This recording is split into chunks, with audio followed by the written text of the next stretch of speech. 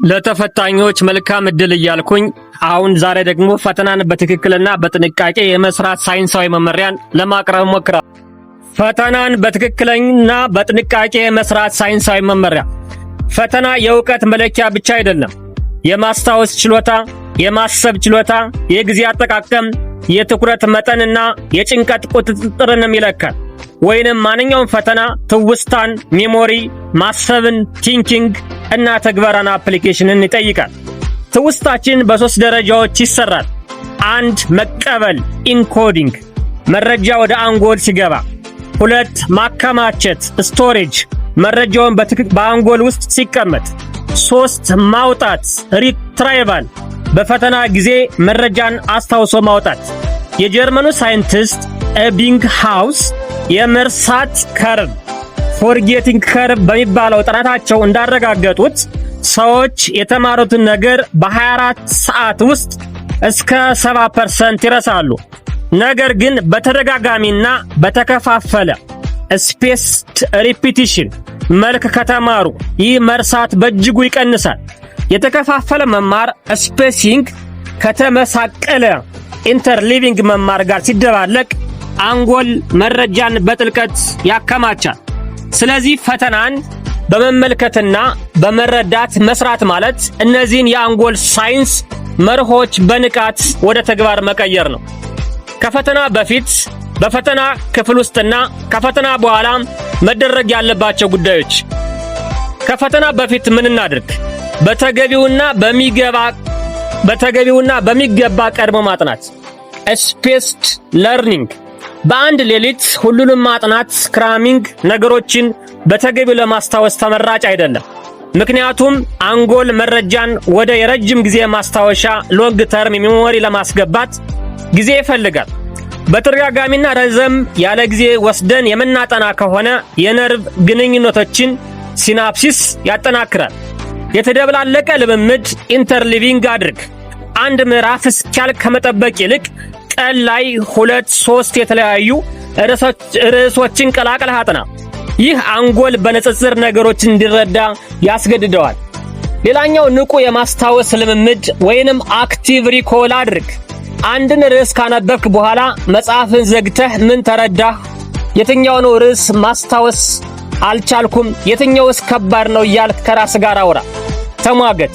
ይህ የማውጣት የማውረድ ልምምድ የነርቭ መንገዶችን ኒውትራል ፓዝዌይ ያጠናክራል። የራስን የፈተና ፍጥር ፕራክቲስ ቴስቲንግ። ያለፉ ጥያቄዎችን በሰዓት ቆጥረህ ልክ እንደ እውነተኛ የፈተና ቆጥረህ ለመስራት ጥረት አድርግ። ከዚያም ይህ መልስ የሆነበት ምክንያት ምንድነው ለሚለው ጥያቄ መልስ አዘጋጅ። ይህ በራስ የማብራራት ችሎታ ጥልቅ ግንዛቤን ወይንም ዲፕ አንደርስታንዲንግ ይፈጥርልሃል። ፈተና ሲጀመር የሚከተሉትን አድርግ። ብዙ ተማሪዎች የሚሳሳቱት ዕውቀት ስለሌላቸው ሳይሆን ጥያቄውን በትክክል ስላላነበቡ ነው። የመጀመሪያው መመልከት ወይንም ኦብዘርቬሽን ይኑር። መላውን ፈተና በደቂቃዎች አስስ። ቁልፍ ቃላትን ክበብ። እንደ አስረዳ፣ አስላ፣ ተች ያሉትን ለይ። ስዕሎችን፣ ግራፎችን፣ ሰንጠረዥ ካሉ ምን እንደሚያሳዩ በደንብ ተመልከት። የትኛው ዘውግ ምን ይወክላል? አዝማሚያው ምንድነው የሚለውን አስተውል። የጥያቄው ዋና ፍላጎት ምንድነው የሚለውን ለይ። ጥያቄው የአንደኛው የዓለም ጦርነት መንስኤዎችን ዘርዝር፣ ወይንም የኢኮኖሚ ቀውስ ለጦርነቱ መቀስቀስ እንዴት አስተዋጽኦ አድርጓል ብሎ ሊሆን ይችላል። ልዩነቱን መመልከት ወሳኝ ነው። ቀላልና ከባድ ጥያቄዎችን ለይ። አንጎል ኤክስኪዩቲቭ ፋንክሽን በተባለው የፊት አንጎል ፕሪፍሮንታል ኮርቴክስ ክፍል እቅድ ሲያወጣ የውሳኔ ጥራት ይጨምራል። ይህም ድንገተኛ ስህተቶችን ይቀንሳል። ሌላኛው ብሬን ዳምፕ ቴክኒክ። ፈተናው ከጀመረ በኋላ የምታስታውሳቸውን ቀመሮች፣ ህጎች፣ ቁጥሮች ወይንም ዋና በትንሽዬ ወረቀት ወዲያውኑ ጻፍ። ይህ ኮግኒቲቭ ኦፍሎዲንግ ይባላል። መረጃውን ከወርኪንግ ሜሞሪ ወደ ወረቀት ሲያወጣ አንጎል ችግርን ለመፍታት ተጨማሪ አቅም ያገኛል። መጀመሪያ የምታውቀውን መልስ። በቀላል ጥያቄ ጀምር፣ በፍጥነት መልስ ስጥ። ይህ ደግሞ ትክክለኛ መልስ ስትሰጥ አንጎል ዶፓሚን ይለቃል። ይህም መነሳሳትንና ትኩረትን ያሳድጋል። ሰዓት ግን በተገቢው መንገድ ተጠቀም። ከመጣደፍ ፈተና ከመቀማት ያድናል። ሌላኛው መረዳት አንደርስታንዲንግ፣ ከማስታወስ ወደ ተግባር ግባ። ፎርሙላ ስትጽፍ ይህ ፎርሙላ ለምን እንደሆነ የሚለውን አስታውስ። ማስረጃና ማብራሪያ አያይዝ። ግኝቱ ይህ ነው ከማለት ይልቅ ግኝቱ ይህ ነው ምክንያቱም በማለት የምክንያት ሰንሰለት ገንባ። የተሳሳተ ግንዛቤ አረጋግጥ። ፈተና ላይ አንዳንድ ጥያቄዎች የተለመዱ የተሳሳቱ አስተሳሰቦች ለመፈተሽ የተነደፉ ናቸው። ይህን እርግጠኛ ነው ወይ ብለህ ራስህን ጠይቅ። ሁሉንም ጥያቄዎች ሞክር። ክፍት ቦታ አትስደድ። ግን የማታውቀው ከሆነ ምክንያታዊ ግምት ስጥ። መልስን መፈተሽ ሌላኛው። ከጨረስክ በኋላ ከ5 እስከ 10 ደቂቃ ለማረም ጊዜ ስጥ። ቁጥሮችን፣ አሃድ ወይም ዩኒትስ፣ ስሌቶችን፣ ስም፣ ሁሉንም ክፍል መሙላትን እርግጠኛ ሁን። ሌሎች የዘለልካቸው ካሉ በትክክል ሙላ። ፈትሽ። አንድ ሥራ ካለቀ በኋላ አንጎል ስህተቶችን ለመለየት የተሻለ ችሎታ ያሳያል። ይህንንም ኤረር ሞኒተሪንግ ይባላል። የፈተና ላይ ፍርሃትን ተቆጣጠር። እስካሁን ያልናቸውን ወርቃማ የፈተና ሕጎች እናስታውስ። ቀድመህ አጥና። አንደኛ።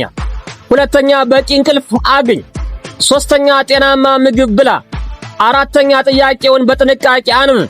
አምስተኛ፣ ቀላሉን መጀመሪያ መልስ። ስድስተኛ፣ ጊዜን በተገቢው መንገድ ተጠቀም። ሰባተኛ፣ በመጨረሻ ሁሉንም መልስ እንደገና አረጋግጥ። ስምንተኛ፣ ጭንቀትን በመፈተሽና በመረጋጋት ተቆጣጠር። ማጠቃለያ እንውሰድ። ፈተናን በአግባቡ በጥንቃቄ መስራት ማለት መመልከትን፣ መረጃ ያለ አድሏዊነት መቀበልን ያካትታል። መረዳትን፣ ማገናዘብ፣ ማያያዝ፣ መተንተንን መጠቀምን ያካትታል። ሳይንሳዊ ዘዴዎችን ስፔሲንግ፣ አክቲቭ ሪኮል፣ ኢንተርሊቪንግ፣ ሜታኮግኒሽን መከተል ያስፈልጋል። እነዚህ በመከተል እና ስልታዊ የፈተና አፈጻጸምን በመለማመድ ነው። ይህን መንገድ ከተከተልክ ፈተናው የእውቀት ማሳያ እንጂ የሚያስፈራ ፈተና አይሆንም። ለማንኛውም ተፈታኝ መልካም ዕድል እላለሁ። ይህ ቪዲዮ ከደረሳችሁ ሳብስክራይብ፣ ላይክ አድርጉ። አመሰግናለሁ።